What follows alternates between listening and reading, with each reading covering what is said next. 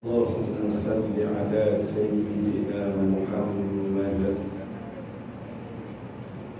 وعلى آل سيدنا محمد. اللهم صل على سيدنا محمد وعلى آل سيدنا محمد. Rabbi syrah li sadri wa yassir li amri wahlul 'uqdatam min lisani yafqahu qawli. Bismillahirrahmanirrahim. Assalamualaikum warahmatullahi wabarakatuh. Alhamdulillahi thumma alhamdulillah. Alhamdulillahil wahidil ahad, al-fardis samad, alladzi lam yalid wa lam yulad wa lam yakul lahu kufuwan ahad. Nashhadu an la ilaha illallah wa nashhadu anna Muhammadan abduhu wa rasuluh. Salatan wa salaman ala habibina wa syafi'ina wa qudwatina wa uswatina al-Mustafa Muhammad sallallahu alaihi wasallam wa ala alihi wa ashabihi wattabi'ina bi ihsanin ila yaumiddin, amma ba'd. Terima kasih kepada Tuan Pengerusi, seterusnya yang berhormat Datuk Saiful Bahari Idris Adun Cembung, pengerusi masjid, ahli jawatan kuasa masjid, muslimin, muslimat, anak-anak yang dikasihi sekalian.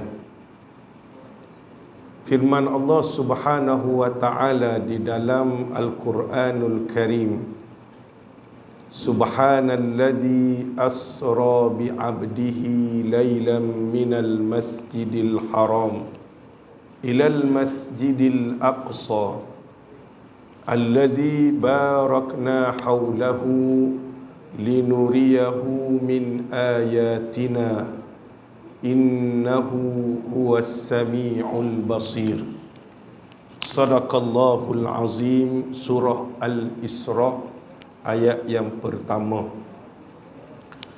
Muslimin, muslimat, hadirin, hadirat rahimakumullah. Alhamdulillah, kita bersyukur pada Allah Subhanahu wa ta'ala. Pada malam ini kita dapat bertemu lagi. Kurang-kurang setahun sekali ada jumpalah. Rembau ini biasanya kalau tidak di sini di Senama, kalau tak Senama di Batu 17 Cembung. Dia pusing tiga tu je. Sebab saya pernah mengajar ketiga-tiga surau itu, masjid itulah. Tapi kekangan Masjid Senama pun pujuk lagi ustaz, kuliah sirah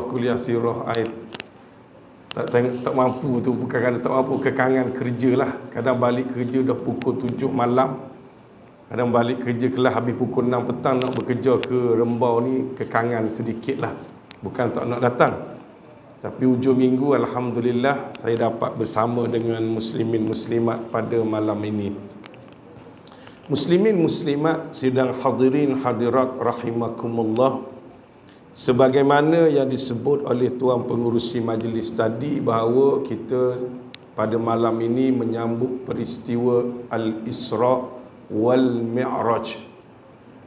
Kita maklum bahawa peristiwa Isra wal Mi'raj ini satu peristiwa yang cukup besar dalam sejarah umat Islam. Bahkan ia mempunyai pengajaran yang cukup banyak. Muslimin muslimat rahimakumullah, Peristiwa Isra' wal Mi'raj ini ialah salah satu daripada mukjizat yang dikurniakan oleh Allah Subhanahu wa taala kepada Nabi kita Muhammad sallallahu alaihi wa alihi wasallam. Kita semua maklum bahawa mukjizat ini adalah satu kurniaan yang Allah kurniakan kepada rasul-rasul yang diutuskan dan dilantik oleh Allah. Rasul-rasul ini Allah Subhanahu wa taala bekalkan dengan mukjizat. Apa dia mukjizat? Mukjizat ini ialah kelebihan ataupun disebut oleh ulama-ulama ulumul Quran amrun khariqun lil 'adah makrunun bit tahaddi salimun 'anil mu'aridah. Apa maksud mukjizat? Mukjizat ini ialah perkara yang di luar adat, perkara yang mencari adat, atau bahasa yang mudah, perkara yang luar biasa. Amrun khariqun lil 'adah, tapi dia tak berhenti kat situ saja. Kalau luar biasa saja, sihir pun luar biasa.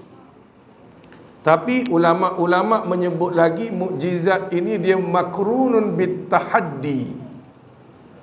Perkara luar biasa itu disertai dengan cabaran. Maksudnya perkara itu mencabar siapa sahaja untuk mendatangkan seperti mana apa yang dibawa oleh rasul-rasul itu.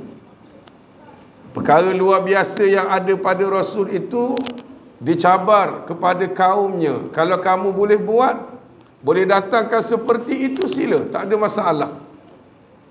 Tapi disebut pada akhir terjemah ataupun makna mukjizat itu salimun 'anil mu'aridah, selamat daripada pertentangan. Mukjizat ini perkara yang luar biasa, cabar pula, tapi tak ada orang boleh datangkan.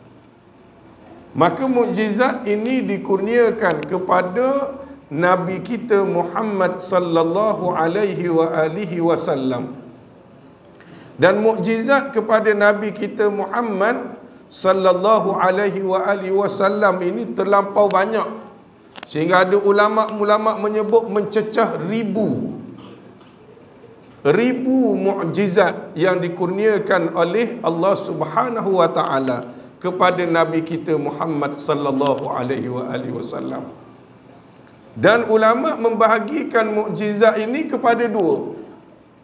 Satu disebut dengan mukjizat hissi, satu lagi disebut dengan mukjizat akli ataupun maknawi.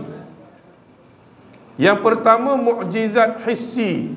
Mukjizat hissi ini ialah mukjizat yang dapat dilihat, disentuh, dipegang. Maksudnya dengan panca indera boleh ditengok kemukjizatan itu, boleh dirasa, boleh disentuh. Dan mukjizat ini cukup banyak. Dan di antaranya ialah peristiwa Isra' wal Mi'raj. Yang keduanya mukjizat akli ataupun mukjizat maknawi, iaitu kemukjizatan Al-Quranul Karim. Al-Quran kalau kita tengok saja duduk atas rehal tu tak ada apa pun. Tengok saja. Kadang sampai berdebu Al-Quran, tak ada orang baca, tak nampak mukjizatnya. Tetapi kalau dibaca, dikaji, ditadabbur, difaham, maka kita akan melihat dalam kandungan Al-Quran itu pelbagai mukjizat, pelbagai perkara-perkara yang menakjubkan yang dijelaskan oleh Allah Subhanahu wa taala. Sebab itu muslimin muslimat rahimakumullah, kita tengok orang yang bukan Islam kaji Al-Quran, orang yang bukan Islam buat kajian Al-Quran, dan mereka mendapat hasil-hasil yang cukup banyak daripada Al-Quran. Kenapa? Kerana padanya mukjizat akliyah. Muslimin muslimat rahimakumullah, malam ni kita tak nak bicarakan mukjizat akliyah. Kita nak menyentuh berkenaan dengan peristiwa Al-Isra' wal Mi'raj, mukjizat hissi. Kenapa disebut hissi? Kerana mukjizat itu berlaku kepada Nabi sallallahu alaihi wasallam, balik Nabi cerita, Nabi jelaskan kepada orang kafir Quraisy dan kepada sahabat-sahabat radhiyallahu taala anhum ajma'in. Muslimin muslimat rahimakumullah, kalau kita nak cerita peristiwa Isra wal Mi'raj ini, satu hari satu malam tak habis. Ulama karang kitab cerita berkenaan dengan peristiwa Isra wal Mi'raj. Cuma kita nak ambil beberapa pengajaran, beberapa pengiktibaran daripada peristiwa Al-Isra wal Mi'raj ini, supaya apabila kita menyambut peristiwa Isra wal Mi'raj ini dapat mendatangkan satu semangat kepada kita. Dapat kita bawa sambutan peristiwa Isra wal Mi'raj ini untuk perjalanan kehidupan kita di atas dunia ini. Muslimin muslimat rahimakumullah, bila kita sebut peristiwa Isra wal Mi'raj, saya bacakan ayat tadi dalam surah Al-Isra, minal masjidil harami ilal masjidil aqsa. Perjalanan Isra wal Mi'raj ini perjalanan daripada Masjidil Haram ke Masjidil Aqsa. Kita maklum Masjidil Haram ini masjid yang tertua yang ada di atas muka bumi ini. Kemudian diperjalankan oleh Allah Subhanahu wa taala ke Masjidil Aqsa. Masjidil Aqsa itu masjid kedua yang tertua. Kalau kita ada rezeki pergilah, alhamdulillah, saya sempat kedua-duanya. Al-Aqsa pun dah sempat pergi. Dua tempat itu masjid yang paling lama. Ditanya oleh sahabat, ya Rasulullah, sebab Nabi kata masjid yang paling lama Masjidil Haram, kemudian Masjidil Aqsa.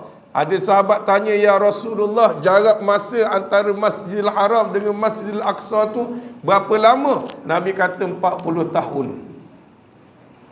40 tahun selepas dibina Masjidil Haram, maka dibina Masjidil Aqsa. Peristiwa Masjidil Aqsa ini kita maklum. Ni kalau sempat kita sentuh, kalau tak sempat tak apalah. Kemudian Nabi SAW naik ke Sidratul Muntaha. Naik sampai ke Sidratul Muntaha dan bertemu dengan Allah Subhanahu wa taala. Itu biasa kita dengar. Daripada Masjidil Aqsa naik ke satu langit sampai ke Sidratul Muntaha. Di mana Sidratul Muntaha? Ada riwayat Ibnu Mas'ud menyebut Sidratul Muntaha di langit yang ke-6. Manakala riwayat Sayyidina Anas menyebut Sidratul Muntaha itu langit ke-7. Berlaku khilaf, ulama kata dah mana satu? Adakah hadis ini bercanggah? Tidak. Ulama-ulama menyebut kedua-dua hadis ini tidak bercanggah. Maksud daripada Ibnu Mas'ud yang mengatakan bahawa Sidratul Muntaha itu di langit yang ke-6, mungkin dengan maksud akarnya, akar ataupun dasarnya berada di langit yang ke-6. Kemudian riwayat Anas bin Malik radhiyallahu taala anhu menyebut Sidratul Muntaha di langit yang ke-7 kerana dahan dan ranting-rantingnya berada di langit yang ke-7. Ini yang disebut oleh ulama-ulama dan berdasarkan kepada hadis-hadis. Cuma muslimin muslimat rahimakumullah, saya tak adalah nak menyentuh panjang berkenaan dengan satu isu ini. Tetapi bila dulu tidak timbul sangat isu ini, tetapi apabila kita terdedah dengan teknologi, kecanggihan dan sebagainya, kita dapat akses tengok kuliah-kuliah melalui YouTube. Kadang-kadang ada orang share dalam WhatsApp kita, ada orang yang ada akaun Twitter, IG dan sebagainya. Dia dapat dengar kuliah-kuliah yang merata-rata. Kuliah seluruh dunia boleh dengar, daripada mana-mana sahaja boleh dengar. Maka timbul isu bila dikatakan Nabi naik ke Sidratul Muntaha, disebut bertemu menghadap Allah Subhanahu wa taala, timbul isu Allah Subhanahu wa taala bertempat. Itu timbul isu. Kalau dulu tak ada orang tanya, bila Nabi pergi menghadap begitu, apatah lagi riwayat ini disebut dalam riwayat Sahih Bukhari. Sahih Bukhari ini kita maklum kitab hadis yang menjadi rujukan selepas daripada Al-Quran. Di antaranya hadis yang disebut oleh Sayyidina Anas bin Malik radhiyallahu taala anhu. Dia menyebut bahawa apabila Nabi sampai ke Sidratul Muntaha, wadanal jabbaru tabaraka wa ta'ala fatadalla hatta kana minhu qaba qausaini aw adna. Dalam hadis itu disebut bahawa apabila Nabi sallallahu alaihi wasallam sampai ke Sidratul Muntaha, maka menghampiri Allah Ta'ala akan Nabi sallallahu alaihi wasallam, sehingga sehampir-hampirnya. Bahkan disebut adalah Nabi dengan Allah itu qaba qausaini. Jaraknya disebut, kalau faham dengan begitu, qaba qausaini kita panggil busar panah tu antara dua hujung. Dah panah panjang mana sangat, mungkin dalam satu depa begitu kot. Maknanya jaraknya seperti itu. Kalau kita faham zahir, maksudnya Nabi duduk dekat dengan Allah, Allah ada bertempat lah. Sebagaimana kita faham kalau kita pergi menghadap orang besar, menghadap sultan, menghadap yang di-pertuan besar, duduk dekat dengan dia. Muslimin muslimat rahimakumullah, ini menjadi kekeliruan kepada kita umat Islam. Dan satu lagi dalam riwayat Sahih Bukhari juga ceritakan bila Nabi sallallahu alaihi wasallam turun selepas perintah syariat diwajibkan 50 waktu sembahyang itu, turun jumpa dengan Nabi Musa alaihi salam. Nabi Musa alaihi salam kata 50 rakaat itu berat bagi umat kamu. Nabi naik balik. Dalam riwayat menyebut wa huwa makanuhu, macam Nabi berulang pergi ke tempat tu balik. Kalau kita faham secara zahir hadis ini, melihat bahawa Allah bertempat. Ini yang menjadi permasalahan masyarakat kita. Tapi muslimin muslimat rahimakumullah, kalau orang mengaji ilmu tauhid, terutamanya ilmu sifat 20, saya kira masjid kita ni ada kuliah sifat 20 ni, ilmu tauhid, maka dia akan faham permasalahan ini. Tidak akan tergambar dalam kepala dia Allah duduk dekat Nabi macam seorang duduk dengan seorang yang lain dekat. Sebab kita belajar dalam ilmu tauhid, wajib Allah Subhanahu wa taala bersifat dengan mukhalafatuhu ta'ala lil hawadis. Salah satu daripada sifat yang wajib bagi Allah Subhanahu wa taala. Tu kita belajar dah tu. Bila sebut mukhalafatuhu ta'ala lil hawadis, maksudnya bersalah-salahan Allah Ta'ala dengan sesuatu yang baru. Maka bila bersalah-salahan Allah Subhanahu wa taala dengan yang baru, bersalahan pada zat, bersalahan pada sifat, bersalahan pada af'al. Dalam erti kata bersalahan pada zat, Allah tak sama dengan makhluk. Tidak sama dengan makhluk. Makhluk ini ulama sebut kita ini berjisim, berjirim, macam-macam lah, apa yang lain daripada Allah. Maka bila berjisim ataupun berjirim, dia mengambil tempat, mengambil lapang. Macam kita ni kan, kita ni panggil berjirim ataupun berjisim, tak kisahlah. Duduk atas kursi, kita ambil tempat. Bila sebut Allah Subhanahu wa taala, dia dah sebut dalam Quran, dalam surah Asy-Syura, ayat yang ke-11, Allah sebut laisa kamitslihi syai'. Dia tak sama seperti sesuatu. Maka kita tak boleh nak bayang dalam akal kita Allah sama dengan makhluk. Oh, dia kata duduk atas lah, sebab Allah sebut duduk atas. Yelah, kita jalanan ahli sunnah wal jamaah, apatah lagi kita di Negeri Sembilan ini, kalau dalam khutbah dah disebut di awal lagi, Kan di awal khutbah tu dulu ialah tak ada, lepas-lepas PKP ni dah dijelaskan. Pasti orang yang datang khutbah mesti dia dengar. Melainkan dia datang lambat ataupun imam belum naik mimbar dia tidur dah. Start imam assalamualaikum dia tidur, memang tak dengar lah. Tapi kalau tidak, dia dengar di muqaddimah awal ucapan khatib itu. Jalanan apa yang kita ikut dalam bab akidah di Negeri Sembilan ini? Jalanan ahli sunnah wal jamaah, Asy'ariyah dan al-Maturidiyah. Tu kena tahu tu. Dalam khutbah dia tak cerita detail tujuan dia apa, sebab dalam khutbah ni dia ringkas. Tapi kita ni orang awam, bila sebut begitu kena belajar ikut jalanan ahli sunnah wal jamaah ini, supaya tidak berlaku salah faham, supaya tidak berlaku kesilapan dalam bab memahami ataupun dalam bab ma'rifatullah, mengenal Allah. Bahkan mengenal Allah ini merupakan tuntutan, merupakan kewajipan. Awaluddin ma'rifatullah, awal-awal agama kenal Allah dulu. Sebab tu ada yang pernah bertanya, baru ni dia ada seorang imam dalam satu kuliah tauhid saya, satu surau. Dia kata, macam mana ustaz? Bila sebut Isra' wal Mi'raj, orang kita faham Allah bertempat. Yalah sebab kita tak belajar ilmu tauhid. Kita sambut Isra' wal Mi'raj, tapi kita tak belajar pengajian ilmu tauhid yang merupakan ilmu fardu ain, wajib atas setiap orang mukallaf belajar.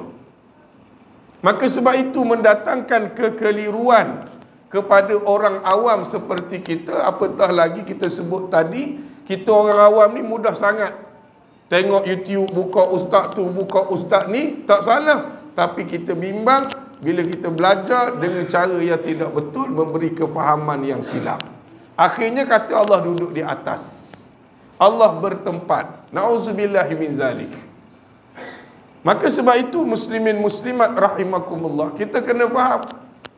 Walaupun ada hujah kata, dah kenapa naik atas jumpa Allah, bukan disebut menghadap Allah. Muslimin muslimat rahimakumullah, kita kena faham. Nabi SAW dinaikkan ke langit itu, tujuan dia apa? Tujuan utamanya ialah liyuriyahu min ayatina, sebagaimana disebut dalam ayat yang kita bacakan tadi.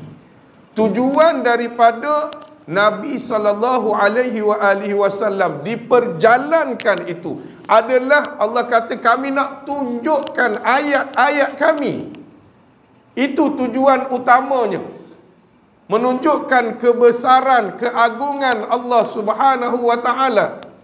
Sehingga Nabi sampai ke langit yang ketujuh, naik ke Sidratul Muntaha, melihat, termasuk melihat syurga dan neraka. Itu di antara tujuan utama yang Allah sebut kenapa Nabi diperjalankan dalam peristiwa Isra' wal Mi'raj. Bukan nak bincang isu berkenaan dengan Allah duduk di atas, bukan. Dan dia kata kenapa duduk atas, naik ke atas begitu. Dia naik ke atas begitu, itu tujuannya. Sebab di alam sufla, alam yang atas ini, masih banyak lagi perkara-perkara ataupun benda-benda yang menjadi bukti akan kudrat Allah dan keesaan Allah Subhanahu wa ta'ala. Itu tujuannya. Dia ada lagi orang berhujah, dia kata dah kenapa akad bila berdoa akad tangan? Bila akad tangan bukankah menunjukkan Allah duduk di atas? Itu bukan. Berdoa akad tangan itu adalah ibadat yang diperintahkan begitu. Nabi ajar begitu. Kalau begitu hujahnya senang sangatlah, kenapa muslimin muslimat datang semayang ke masjid? Allah ada di masjid ke? Kenapa pergi haji buat di Masjidil Haram? Kenapa tawaf di Masjidil Haram? Allah ada dalam Kaabah tu ke? Bukan.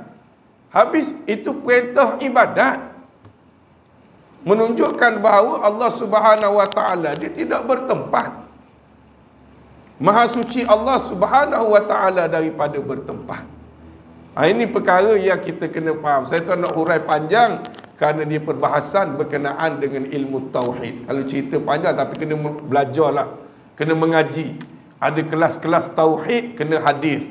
Orang kita biasanya kelas tauhid tak berapa minat. Sebab apa? Sebab ma'rifatullah. Kenal Allah tak berapa nak, tapi semayang dia nak. Macam mana kita nak semayang kalau kita tak kenal Allah? Macam mana nak datang rasa khusyuk? Macam mana nak datang rasa khudu'? Macam mana nak datang rasa tazallul? Nak khusyuk, nak rasa hina kalau tak kenal Allah.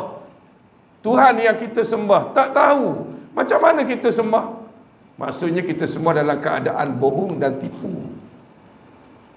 Dalam keadaan bohong dan tipu sebab apa? Tak kenal Allah. Maka nak kenal Allah, caranya ialah belajar ilmu tauhid.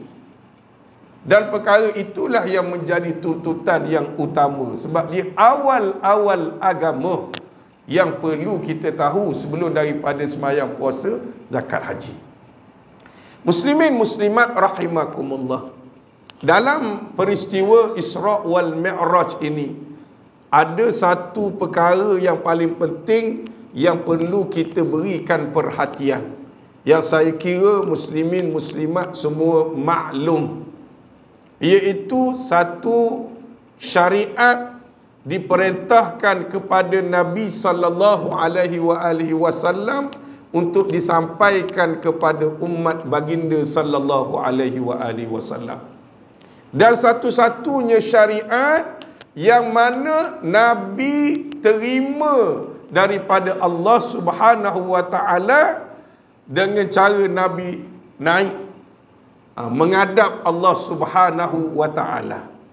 Yang lain semuanya malaikat Jibril turunkan melalui wahyu Al-Quran kepada Nabi sallallahu alaihi wasallam. Di sini ulama-ulama menyebut muslimin muslimat rahimakumullah, ia menjadi dalil bahawa syariat tersebut, yakni sembahyang, merupakan syariat yang paling penting. Maka sebab itu keistimewaannya sampai Nabi terima daripada Allah secara direct. Terima daripada Allah secara direct, tidak pada syariat yang lain. Jadi sebab itu muslimin muslimat rahimakumullah, bila kita cerita bab solat ini, cerita bab sembahyang ini, maka kita perlu berikan perhatian yang lebih. Dan sepatutnya bila kita sambut Al-Isra' wal Mi'raj, sambil-sambil itu memang kita kena buat kempen bab solat. Muslimin muslimat rahimakumullah, ada ulama yang menyebut bahawa solat ini adalah mi'raj bagi orang yang beriman. Kita nak mi'raj macam Nabi sallallahu alaihi wasallam daripada Masjidil Aqsa naik ke Sidratul Muntaha, tak layak sebab kita bukan rasul. Maka Allah Subhanahu wa taala syariatkan satu hukum, satu ibadah, iaitu solat. Maka ibadah solat ini seumpama mi'raj bagi orang-orang yang beriman, untuk dia hampir kepada Allah. Kerana ulama menyebut peristiwa mi'raj itu, iaitu Nabi naik ke Nabi sallallahu alaihi wasallam naik ke Sidratul Muntaha, itu adalah kedudukan ataupun taqarrub, hampirnya Nabi sallallahu alaihi wasallam dengan Allah. Hampir dalam erti kata kita faham. Hampir sebagaimana kalau seseorang itu dekat dengan Allah. Bukan maksud Allah duduk sebelah dia, bukan. Tetapi dekatnya dia dengan Allah itu maksudnya hubungan dia dengan Allah Subhanahu wa taala. Maka Allah syariatkan solat ini menjadi ibadah ataupun cara ataupun jalan untuk kita hampir dengan Allah. Ibadat yang paling hebat, ibadat yang paling baik untuk kita hampir dengan Allah berbanding dengan ibadat-ibadat yang lain. Sebab itu ibadat solat ini disyariatkan kepada kita 5 kali sehari semalam. Seumpama ibadat 5 kali ini kita hampir taqarrub kepada Allah, dekat kepada Allah. Allah ulang berapa kali? 5 kali. Cuba muslimin muslimat bayang kalau semayang tu seminggu sekali je. Ataupun sebulan sekali. Cuba bayang. Memang tak ingat. Kita yang 5 kali tu pun tak ingat. Yang 5 kali tu pun tidak berapa ingat kepada Allah Subhanahu wa taala. Sebab itu Allah syariatkan 5 kali sehari semalam itu supaya hati kita sentiasa ada connection, hubungan dengan Allah. Bangun tidur saja dah berhubung dengan Allah. Sibuk buat kerja zuhur, buat lagi hubungan dengan Allah. Asar lagi, maghrib lagi, nak tidur, sebelum tidur ada lagi hubungan kita dengan Allah Subhanahu wa taala. Maka sebab itu ibadat sembahyang ini ibadat yang paling baik, ibadat yang Allah berikan kemuliaan kepada umat Muhammad untuk dilaksanakan kerana kelebihan-kelebihan yang banyak yang terdapat pada sembahyang. Cuma persoalannya sikit muslimin muslimat rahimakumullah. Kita nak sentuh isu sembahyang ini. Kita perhatikan masalah dalam masyarakat kita ialah isu kesempurnaan solat.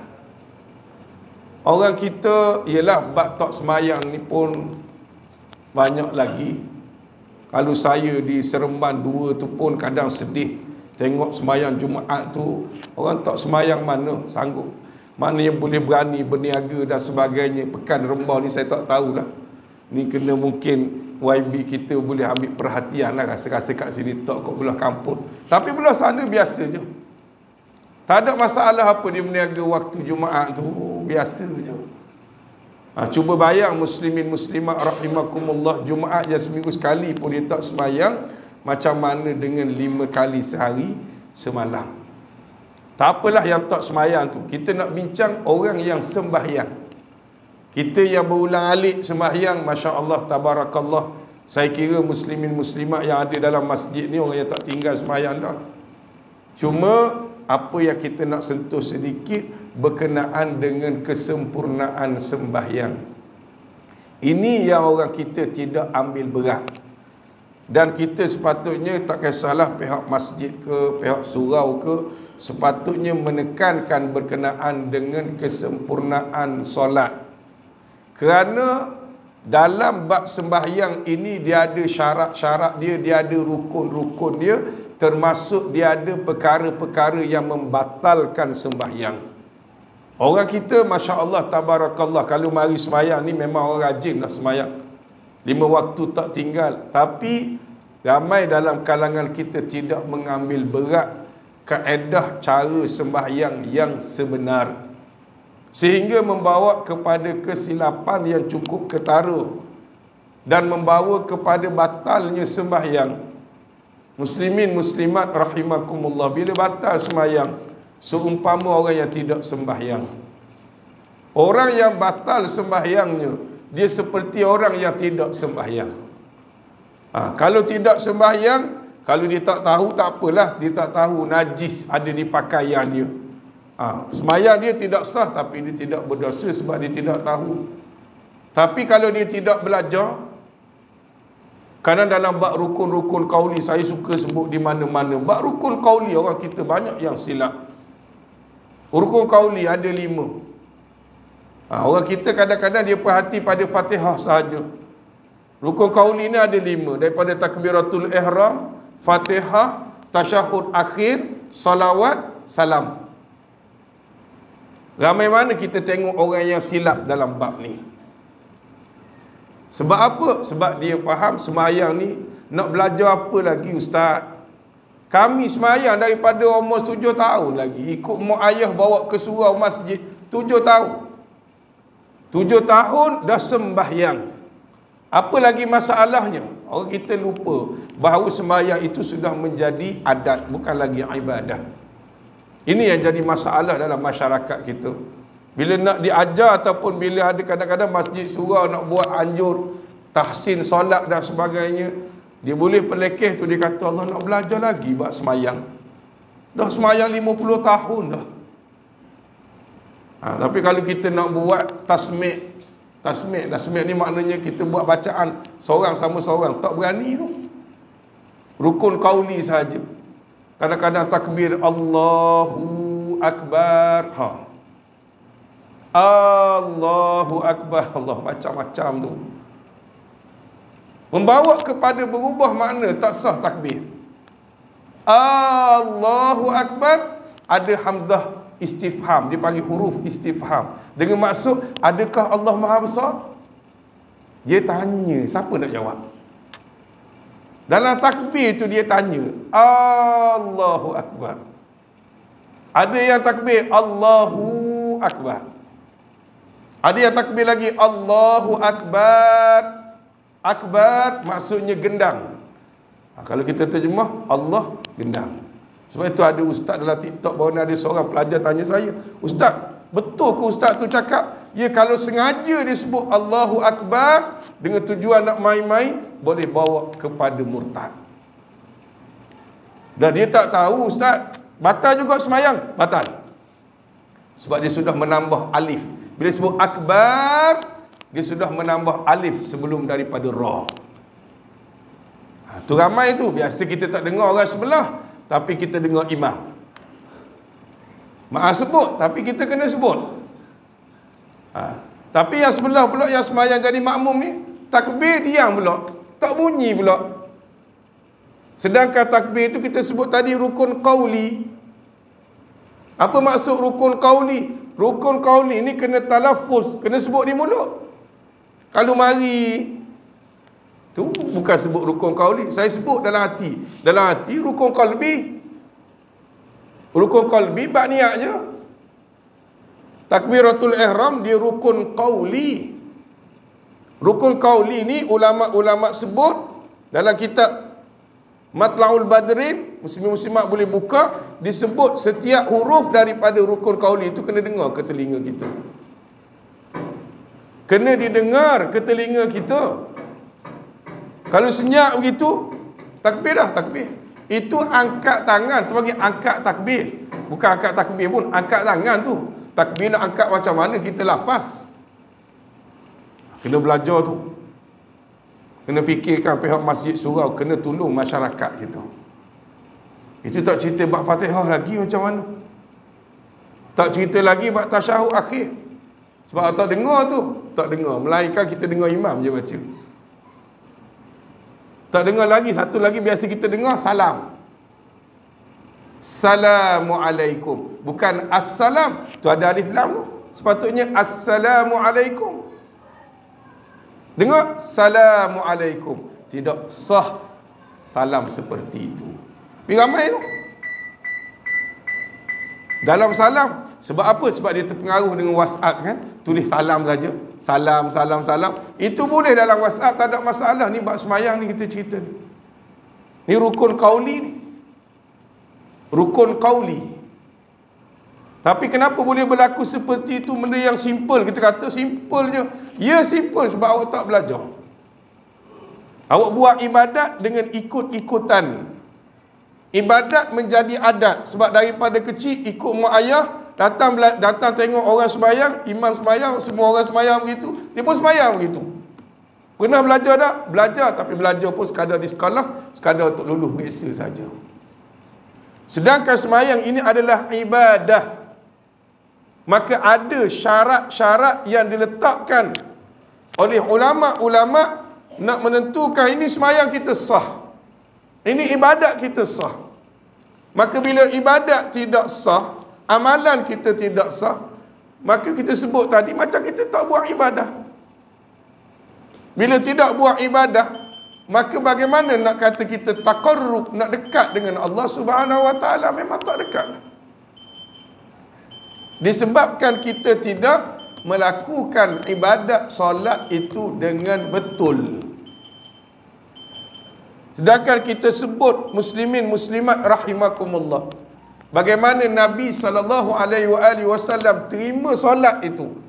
Dalam kitab-kitab fiqh juga disebut, bila membicarakan berkenaan dengan solat ini, bila Nabi SAW turun balik semula ke tempat baginda sallallahu alaihi wasallam, waktu tu sudah disyariatkan 5 waktu, tapi Nabi sallallahu alaihi wasallam tak sembahyang lagi subuh pagi itu.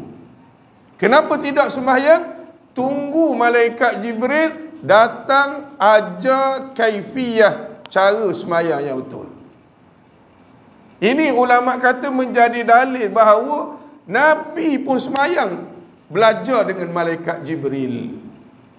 Kita tiba-tiba semayang tak nak belajar, rasa pandai dah, tu masalah dia. Akhirnya ibadat yang kita buat kosong. Sebab apa kosong? Sebab tidak menepati syariat. Mungkin ada orang berhujah, dia kata janji ikhlas ustaz. Janji ikhlas, takkan Allah tak terima, takkan Allah tak tahu keikhlasan kita. Kena ingat, ulama menyebut bahawa syarat ibadat nak diterima mesti ada dua.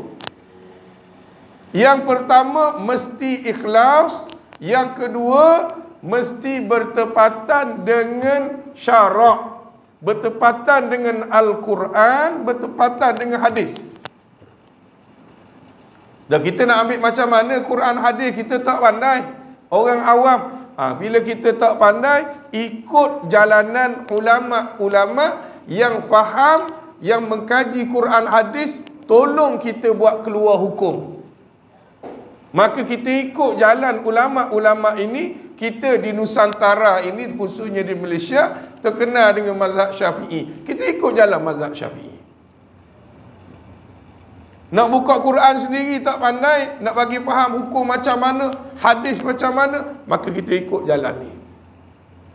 Maka kena belajar apa yang dibawa oleh ulama-ulama. Dan ulama-ulama ni dia tak reka sendiri. Imam Syafi'i dia tak reka sendiri hukum. Dia ambil daripada Al-Quran, ambil daripada hadis, keluarkan, susun kepada kita supaya mudah untuk kita amalkan. Maka kita kena ikut. Ini bab semayang, ini muslimin muslimat rahimakumullah. Kalau nak cerita tu saya sentuh semayang secara individu. Tu tak cerita lagi bila semayang berjamaah. Bila sebut semayang jemaah, kena tahu hukum pula semayang jemaah. Banyak mana orang kita tak tahu bila cerita muafiq masbuk. Orang semayang 3 rakaat, orang semayang 4 rakaat isyak, dia semayang 3 sebab dia masbuk, tapi tak tahu kaedah macam mana. Imam takbiratul ihram, tak habis lagi takbiratul ihram, dia takbir dah, tak sah. Bila semayang berjemaah, kena tahu hukum, kena belajar. Jangan bila kata semayang berjemaah rajin tiap-tiap waktu tapi hukum tak tahu. Kalau kita belajar tentang muafiq masbuk, seseorang itu boleh berlaku padanya muafiq dan masbuk pada setiap rakaat. Rakaat pertama muafiq, rakaat kedua masbuk, rakaat ketiga muafiq, rakaat keempat masbuk. Boleh berlaku. Yang kita faham muafiq masbuk ni kita faham, mari lambat. Imam dah nak rokok, kita pun naik takbiratul ihram, itu kita lambat, disebut dengan masbuk. Itu sahaja pada rakaat tu. Kita lupa bahawa setiap rakaat boleh berlaku masbuk. Kok mana pula tu? Tu kena belajar, tak boleh nak cerita lah malam ni. Saya lontarkan sahaja, muslim-muslimat kena tengok balik. Macam kita sebut tadi takbiratul ihram. Bila kita berjemaah, kena ingat mesti selesai daripada takbiratul ihram imam, baru kita boleh takbir. Kalau tidak, kita tengok Allahu Akbar, imam tak habis lagi takbir, dia takbir dah. Mungkin sama ada dia nak jadi imam juga, tapi tak dapat. Hukum kita kena tahu. Tak boleh pakai ibadat ni pakai langgar buat.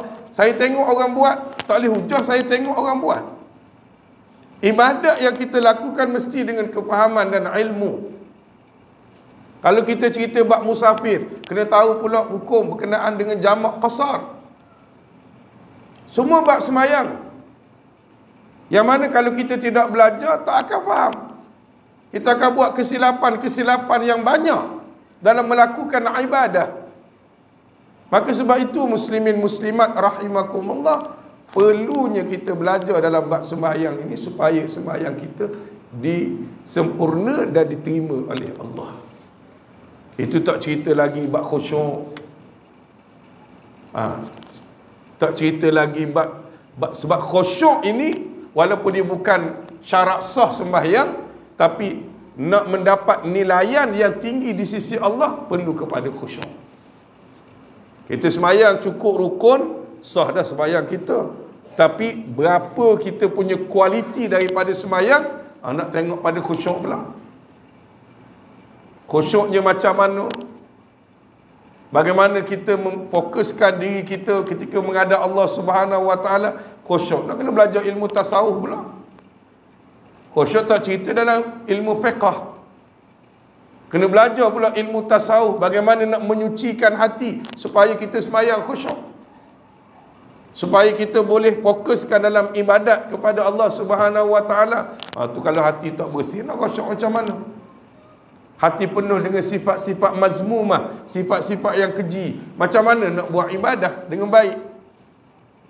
Itu perkara yang perlu kita berikan perhatian apabila membicarakan berkenaan dengan sembahyang ini. Muslimin muslimat rahimakumullah. Sebab itu dalam bab sembahyang ini yang paling penting ialah kualiti. Kita kena usahakan. Kadang-kadang orang kita nak banyak buat ibadat sembahyang lepas 2 rakaat, tapi dilihat pada kuantitinya sahaja, tidak dilihat pada kualitinya. Kualiti tidak dijaga, tidak dipelihara. Sebab apa? Kerana ibadat hanya sekadar adat sahaja. Ibadat dia tak jadi ibadah, tapi jadi adat, kebiasaan. Rajin mari sembahyang, setiap waktu dia ada, tetapi ibadat sekadar adat. Sebab itu kita perhatikan juga dalam sembahyang ini, ramai orang buat perkara-perkara yang membawa kepada makruh. Dalam sembahyang ni banyak kita buat perkara-perkara makruh. Sepatutnya tidak berlaku. Kita kena jaga, buat macam ni makruh, buat macam tu makruh. Tu nak kena belajarlah. Kena cari guru-guru untuk menjelaskan supaya ibadah kita menjadi berkualiti. Dalam masa sama kita melipat kali gandakan lagi ibadah. Bahkan Nabi SAW sebut solat itu imaduddin. Solat itu tiang kepada agama. Kalau tiang itu tidak kuat, kalau tiang itu orang kata buat tu dengan besi yang tidak kuat, siminnya tidak, orang kata tak ada kualiti, campurannya tidak ada kualiti, maka bangunan tersebut mudah runtuh. Maka begitulah perumpamaan yang Nabi buat. Satu tashbih, satu perumpamaan sembahyang seperti tiang. Kalau tiang itu kuat, binaan itu akan kuat. Tetapi kalau sembahyang itu tidak kuat, binaannya tidak kuat, maka dia mudah runtuh. Maka begitulah sembahyang itu, kalau baik, elok, sempurna, dia akan menjadi tiang kepada seseorang Muslim itu. Dia jauh menghindarkan diri daripada maksiat, hindar diri daripada kemungkaran. Allah sebut dalam Quran, innas salata tanha 'anil fahsya'i wal munkar. Kadang-kadang timbul persoalan, orang tanya, kenapa ustaz? Dia sembahyang tapi dia buat maksiat juga. Jangan salahkan sembahyang, tetapi salahkan kualiti sembahyangnya, menyebabkan dia tidak mampu untuk menahan dirinya daripada melakukan kemaksiatan. Walaupun dia sembahyang, tapi kualiti tak ada. Orang kata kosong sembahyang, tapi kosong ibadatnya, tidak diterima oleh Allah. Maka itulah yang menjadikan walaupun dia sembahyang, tapi dia masih lagi tidak mampu meninggalkan kemaksiatan dan kemungkaran. Solatnya tidak boleh menjaganya. Macam mana solat nak jaga dia kalau dia laksanakan solat itu tidak sempurna? Kalau dia tak laksanakan solat itu dengan elok, dengan baik, solat tak boleh jaga dia. Sebab solatnya tidak diterima oleh Allah. Tapi kalau solat itu dilakukan dengan sempurna, dengan baik, dengan elok, solat itu akan jaga dia. Nak buat maksiat tak suka. Ada benda itu mari dalam hati, kecenderungan tak nak buat maksiat. Tengok maksiat tak suka. Sebab apa? Sebab solat menjaganya. Solat memeliharanya, menjadi tiang yang kukuh dalam dirinya daripada dia melakukan perkara yang dilarang oleh Allah Subhanahu wa ta'ala. Muslimin muslimat sidang hadirin hadirat rahimakumullah. Perkara terakhir yang saya nak sentuh sedikit, boleh lagi sikit boleh? Sakit lagi saya nak sentuh apabila kita menceritakan berkenaan dengan peristiwa Isra wal Mi'raj ini, ialah bumi Aqsa, bumi Palestin yang dimuliakan oleh Allah Subhanahu wa taala, sehingga Allah sebut dalam Al-Quran, allazi barakna haulahu, yang mana kami berikan keberkatan di kelilingnya. Ulama-ulama menjelaskan maksud daripada allazi barakna haulahu itu, keberkatannya di antara yang paling utama adalah menjadi bumi kepada nabi-nabi dan rasul-rasul. Menjadi bumi kepada nabi-nabi dan rasul-rasul, selain daripada tempat yang dikatakan subur, adanya sungai dengan tumbuh-tumbuhan, buah-buahan dan sebagainya. Kalau muslim-muslimat tengokkan dalam berita ataupun kita baca di mana-mana, bahawa bumi Palestin ini di antara tempat pokok zaitunnya cukup banyak. Kita tengok bagaimana orang Yahudi menebang pokok-pokok ini yang sudah sampai ratusan tahun, kerana tempat ini tempat yang diberkati oleh Allah Subhanahu wa ta'ala. Jadi sebab itu kita sebagai orang yang beriman, yang mengaku Islam, kita kena ada keprihatinan juga dengan bumi Palestin ini. Sekarang ni ialah kita tak mampu nak buat apa-apa, tapi kurang-kurangnya berdoa. Kalau ada minta sumbangan dan sebagainya, kita sumbangkan. Itu tanda sokongan kita, sebab mengingatkan bahawa bumi ini yang merupakan kiblat yang pertama kepada umat Islam, sehinggalah ditukar, dipindahkan kepada Masjidil Haram.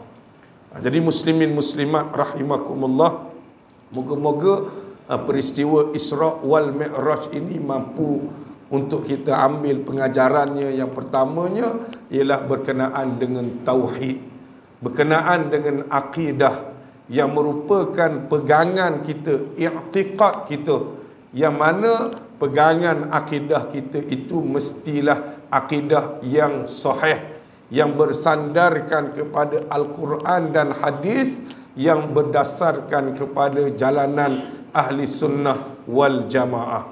Yang keduanya ialah berkenaan dengan solat.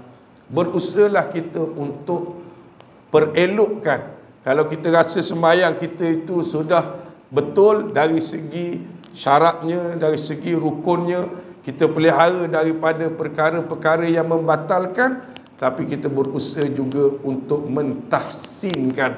Maksudnya kita perelokkan lagi ibadah, khususnya ibadat solat kita ini, supaya makin lama makin baik, makin lama makin baik. Jangan cerita bab urusan dunia saja, daripada kek kancil tukar kepada Myvi, lepas tu tukar bab kereta, makin lama masya-Allah tabarakallah makin besar.